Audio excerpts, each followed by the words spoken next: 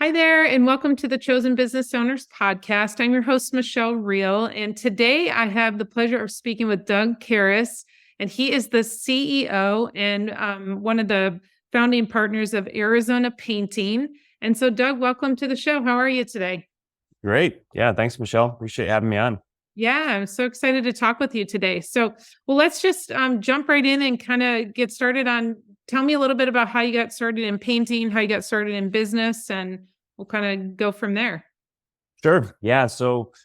Growing up, I grew up in Michigan and, my really kind of starts in middle school. My dad had me read this book, Rich Dad, Poor Dad, and Robert Kiyosaki's book. And when I read that, I first kind of started getting this mentality that I didn't know if I needed to go to college to get a degree. I wanted to own my own business. So that was my plan. So fast forward, I get out of high school. I do a semester at junior college, and then I just realized like I didn't really think I needed a degree to own my own business. So I was looking around for businesses I could get into and try to work my way up. And I had a family friend that offered me a job to move down to Atlanta and kind of sold me on the opportunity to work in a painting business and work my way up, learn the whole business for a couple of years, and then hopefully, if I do well, right, start my own or maybe become a part owner of that company.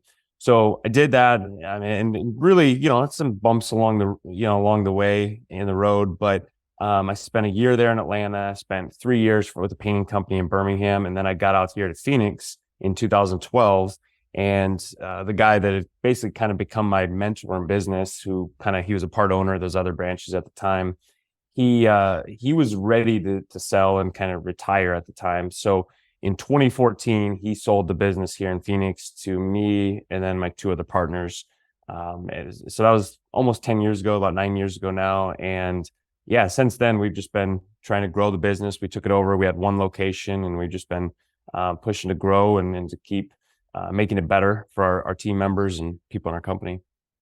I love that. So you are in multiple locations, multiple states. You are not franchised. They're all corporate on. You were sharing with me earlier.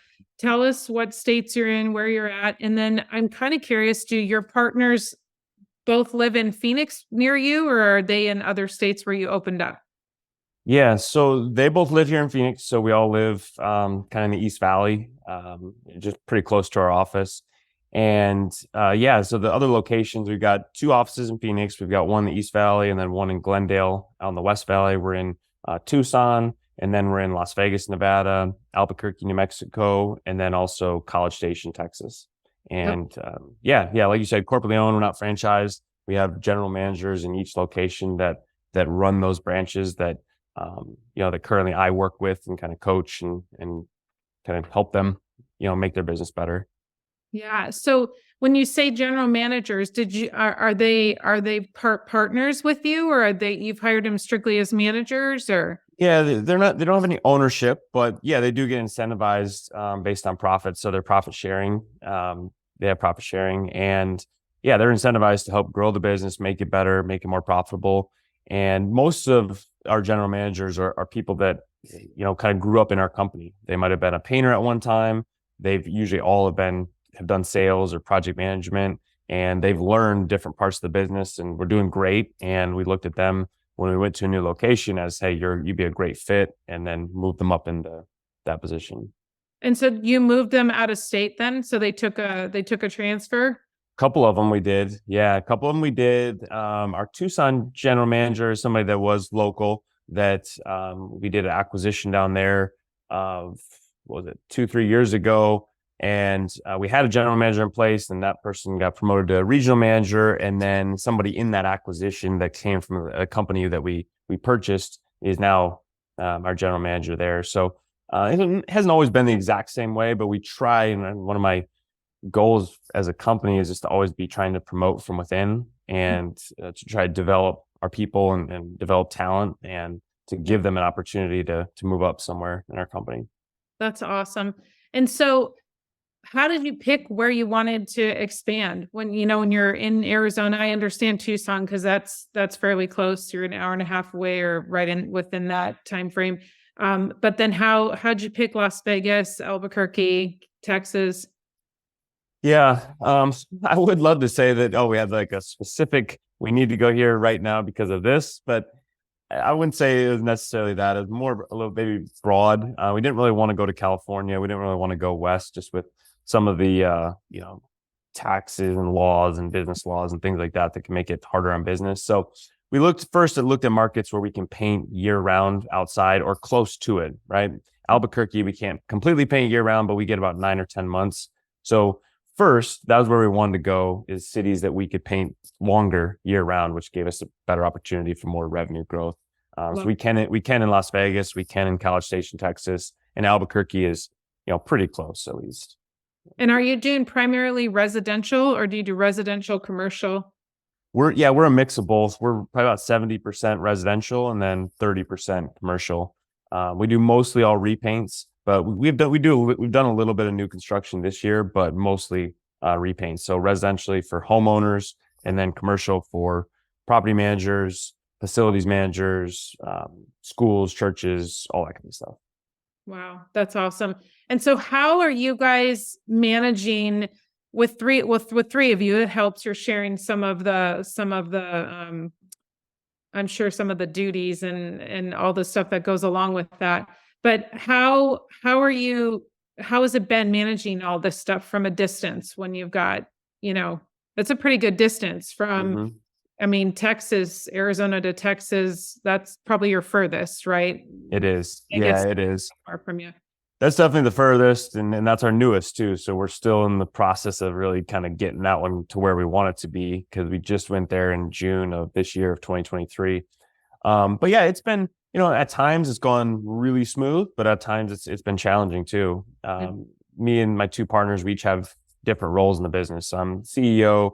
One of my partners is our CFO, and then the other one is our COO currently, and we each kind of have divvied up the responsibilities. And currently in my role, I'm working with and kind of coaching our general managers. And then I have a regional manager that works with a few of our branches as well. So that helps. I mean, the only way we'd be able to do this is by having great people and good leaders that, are incentivized properly, but also, are just good leaders that care about their business and care about growing their market.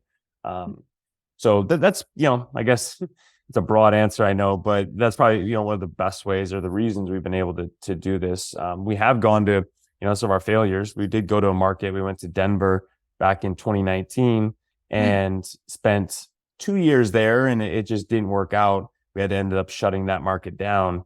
And at the time, the real reason why is because we weren't set up. We didn't have enough leaders in place. I didn't have a regional manager at the time.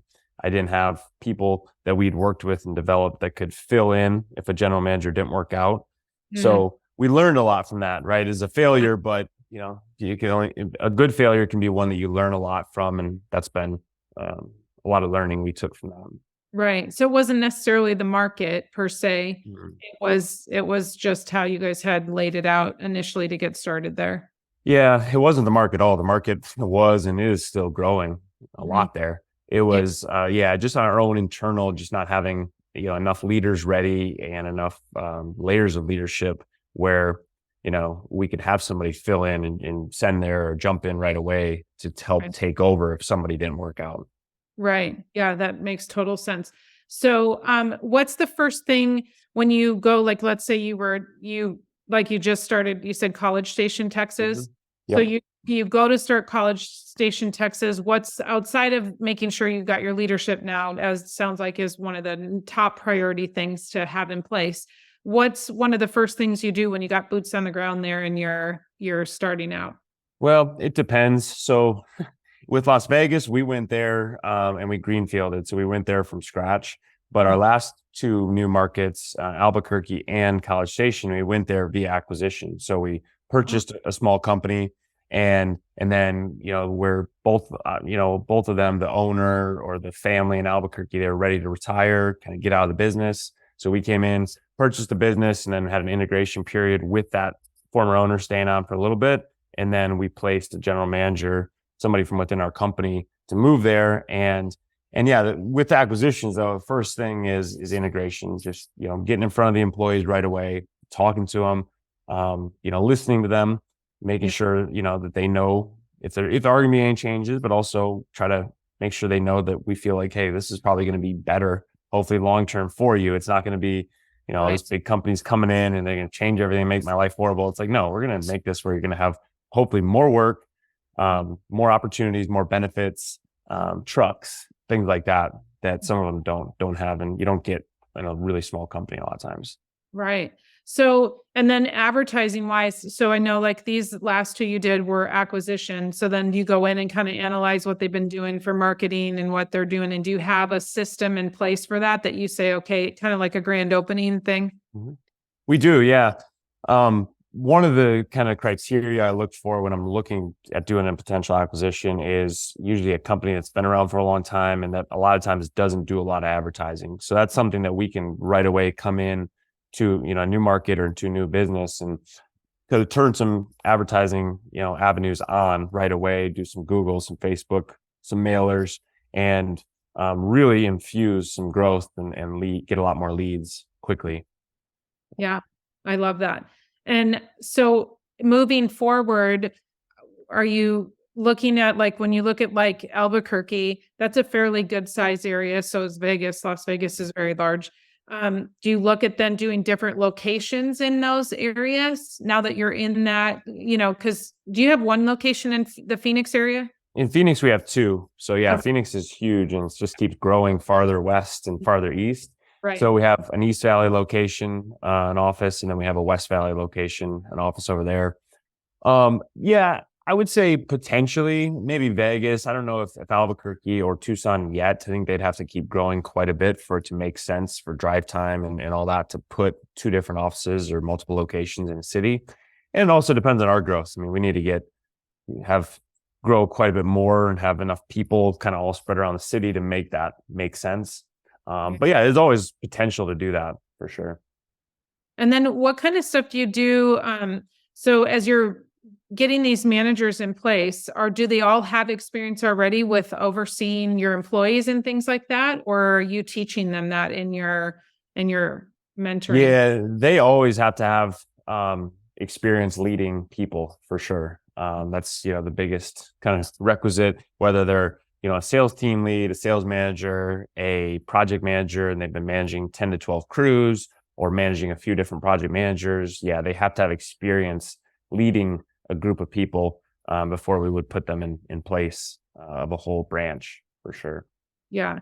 And you said that, so Denver, and you were really candid about that, was one of your down, like one of, I, I don't like to say failure, right? Because you learned from it, so a stumbling block maybe for a Yeah. hot.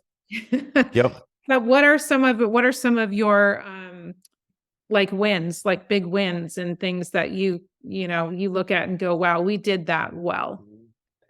Yeah, I'd say one would be our commercial division in Phoenix. So started kind of this, talking about it with my partners of, probably 6, 7 years ago that, hey, we need to work at separating and growing and pushing to grow our commercial division. And at the time, I think in 2015, we did around $200,000 in revenue in commercial work. And from that point, 2015 to today, we've really pushed at growing that, of building out and having it has its own business unit, its own branch, its own general manager, a whole commercial team that's just in that branch. And we built it up to now we'll do between 5.5 million this year just in that. So that definitely to me would be a win. I think there's so much more opportunity for us to continue to grow that in Phoenix, Totally. but that would definitely be a win to go from where we were at to where we're at now.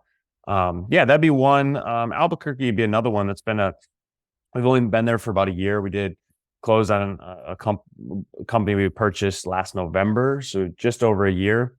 And that one so far has been just a great market for us. Really good margins there. We've been able to do some of the things that the maybe former owners had challenges with bringing on hiring new employees, new painters that we've had success with. So yeah, that's been a great market. So I'd so far count that as a win as well. That's awesome. And when you look at the commercial side of things, what would you say to people that are looking to tap more into the commercial side? What do you think the key was with that? Like, did you just start going and knocking on doors, or did you start reaching out to people on LinkedIn, or how are you getting into, because commercials, sometimes you can get into a commercial thing and you got to go through 3 or 4 people to get Mhm. to the right person to actually talk to, that's Yeah. in charge of the painting of it, what's getting done. Yep. Yeah, it's commercial's way different than residential. You can spend a lot of work and effort and get very little results for a little while. But what I learned is yes, all the things you said, whether it's door knocking, networking, getting involved in BOMA, getting involved in the AMA, which is multifamily association, getting involved in there's so many different networks and groups, NAIOP that we're involved in, but doing a lot of those things is key, but also just constantly building relationships and staying in front of and checking in with and getting in front of your customers or potential customers. That's been the key. And we're again, like I said, there's so much more opportunities. So we're really making a big push right now to even be doing more of that now than we've been doing because of where I see that branch or that part of our company going in the future. But yeah, it's all relationships and commercial. Residential is like, man, you get a lot of quick hits, right? You go out and meet with 4 or 5 people in a day. You might book 2, 3 people that day. Whereas commercial, you might not get any bids for a little while. Like it takes a while to keep building relationships, to just get an opportunity to do a bid. But then once you do and you get in and you perform and you do a great job and you give great customer service, that customer now can be a customer that's ongoing, for life, that can be giving you consistent work every week, month, year. Right. Oh, for sure. And I hear kind of an underlying, it's interesting because you talk about building relationships with your team and working with your team and helping them, be able to manage well and oversee things, and that's all relationship building, a lot of it.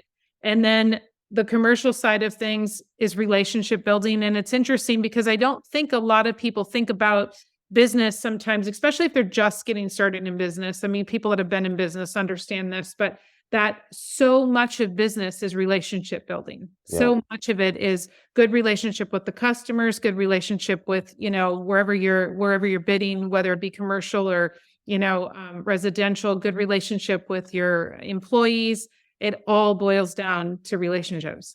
Yeah, it is. I mean, in business, people sometimes this is how I feel is that people are the best part of business, but they can always also be sometimes the worst part, right?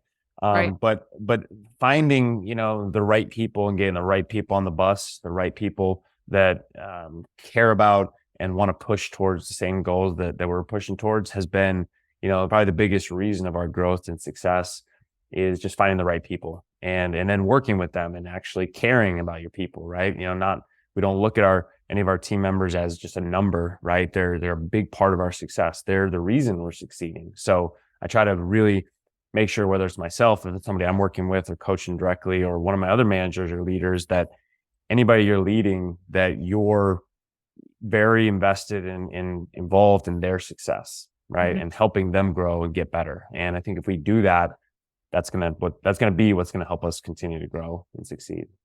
So you talked a little bit about you have incentives for the people that manage and that take over, that are running your divisions in other states. Do you have incentives in place for your employees as well? Do you work off like a profit thing with them or some kind of bonus schedule with them? We do, yeah. Project managers, all of our salespeople, they're all incentivized. And for them, we use gross profit margin, and we try to make sure anything that they're incentivized, it's based on something that they control or they have a lot of direct control over. Yeah. So yeah, that's what we do.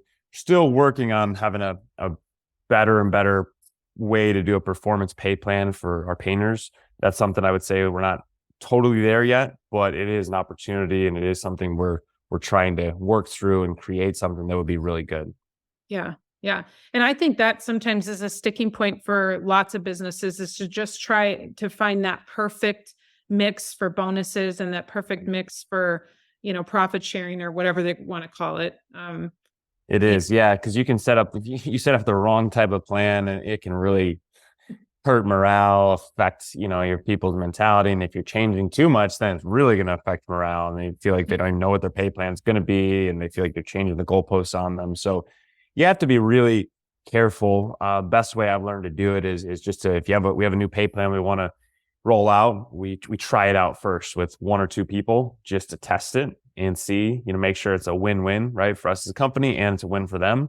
And if it doesn't work, then okay, no big deal. We tell them ahead of time, hey, we're only testing this out. This might not be forever, just so you know. And that has helped us, and that's helped make it go better. That's a really great idea. Because sometimes I feel like we have to roll that out to everybody, but then you get everybody all disgruntled if it doesn't work, or you've got a few that really like it and a few that hate it, and then Mhm. people upset on both sides. Yeah, it can be a big withdrawal, right, in the emotional bank account with your people. So Yeah, yeah, we're really careful about money, and just and changing pay plans with our people, because it's something it affects their livelihood, and we want to make sure it's a win-win no matter what. We don't want to make them feel like, like I said, we're changing the goal, we're moving the goalposts on them if they succeed, yeah, especially. for sure. Well, you have a lot going on. What would be your best advice to people that are building a business, growing their business, on keeping work life, I don't want to say balance, because a lot of times when you're growing, there's really no balance. I mean, you've swung one way and then, you're working to get it back there. I mean, sometimes we have to swing far the other way to get ourselves back balanced. But what would be your advice, or how do you do that? How do you balance the things that you like to do in your off time so you have a life outside of just running with your business? Yeah. Yeah, I would say it's been a challenge for me. I mean, for a while in my journey in business, I was single, not married, no kids. And currently, though, I'm married, 3 little kids, 4 and under. So we're busy. We're busy. I'm busy outside of work. I'm really busy with work. Mhm. So to anybody that's married, and if you have kids, I would definitely say communication with your spouse is really important. That's something I've learned. I'm still working on getting better at, but make sure I communicate when I have something going on in the evening, or a networking event, or just making sure I'm letting her know and putting that in the calendar ahead of time. And then also, to work-life balance. Yeah, I mean, sometimes that can be a phrase that I'm like, well, I feel like sometimes people just want this balance all the time, but sometimes you're not going to have balance. You might be going 100 miles a minute for a period of time, and then you need to know that, okay, but then there's a break coming, right? Right. Yep. So that's what I've learned. And really, I think, again, just communicating that with, whether it's your team, your spouse, your family, um, just to make sure that they know, hey, this is what I'm doing, this is why I'm doing it, and this is what's coming because I'm doing it. These are the results we're looking for. That's been one thing. And then also your schedule. For me, for any business owner, right, your schedule, and making sure you plan out and take time every week to plan out your next week and your day the day before, is going to help you be so much more effective and be able to plan out and put time in for, for me, it's CrossFit. I love going to the gym and doing CrossFit workouts, and I get so much energy and just de-stress and from doing that. So I make sure that's a priority, that even if I'm really busy with work, I make sure I find time to be able to do that. Right. So yeah, making time for the things that are going to help you be better when you are working. I love that. That's awesome. So as we kind of wrap up, what are some of the things people can look for with you guys? Where are you guys kind of headed? You got some big goals that you're getting ready to tackle, or Yeah. whatever you share with us? Yeah, absolutely. Yeah, my big vision I've kind of rolled out to our leadership team is, we're pushing to get to 100 million. That's our big goal, and we'd have to, from what we'll do this year, we'll have to about triple to get there, and we're trying to get there in 5 years. So it's a big goal. We need to grow at about 25 to 30% every year to do that the next 5 years. But yeah, that's our big goal. And with that, going to a few different markets, looking at Oklahoma City currently, Dallas, Houston, and potentially St. Louis. But yeah, going to a few different markets, that's the big revenue goal. And along with that, what's going to happen is open up a lot of opportunities for people within our company to keep moving up and for new leadership positions. So really excited about that. And we're excited about pushing towards it. Yeah, that's so exciting. So tell everyone where they can find you, where they can find your business. What's the best places to reach out to you at? Yeah, our website is arizonapaintingcompany.com. If you want to check out a little bit about our business. I'm most active in social media on LinkedIn. So you can find me on LinkedIn, just search my name. And then our company though, yeah, we're Facebook, Instagram, Twitter, TikTok, basically all the social medias we're posting usually every day or two. So yeah. So cool. And I have one question. So when you go into new territories, are you Arizona painting there, or are you changing it to Houston painting or? Yeah, exactly. So we've kind of kept the same, very similar. We've rebranded it with a new logo or with our logo there. But yeah, when we do an acquisition, we've kept their name so far at least and just rebranded with our logo because they've got a really good brand, a great name in the city, and we don't want to mess with that. So Right. far that's what we've done. And then in Nevada where we went, we're a Nevada painting company there, with kind of again kind of a similar type logo with the brush. Okay. So if someone goes to Arizona painting, can they find your other locations on that website? Yep. Yeah, and we also have a parent company. It's called TPC, like the Painting Company USA. So you can go to paintingco.com and you can see all of our locations there. That's kind of like our parent company that shows all of our different branches. Awesome. Wow. Well, I've really enjoyed talking with you today. Thanks for coming on and giving us so much great insight and your wisdom that you've learned over the years. And I look forward to following you and seeing where you guys go. And I'm sure you're going to make a big announcement or something when you hit that 100 million goal. Absolutely. Yeah, no problem at all. And thank you a lot for having me on. I really appreciate it. Absolutely. Well, thanks everyone for watching. We'll see you again next time. Thanks so much.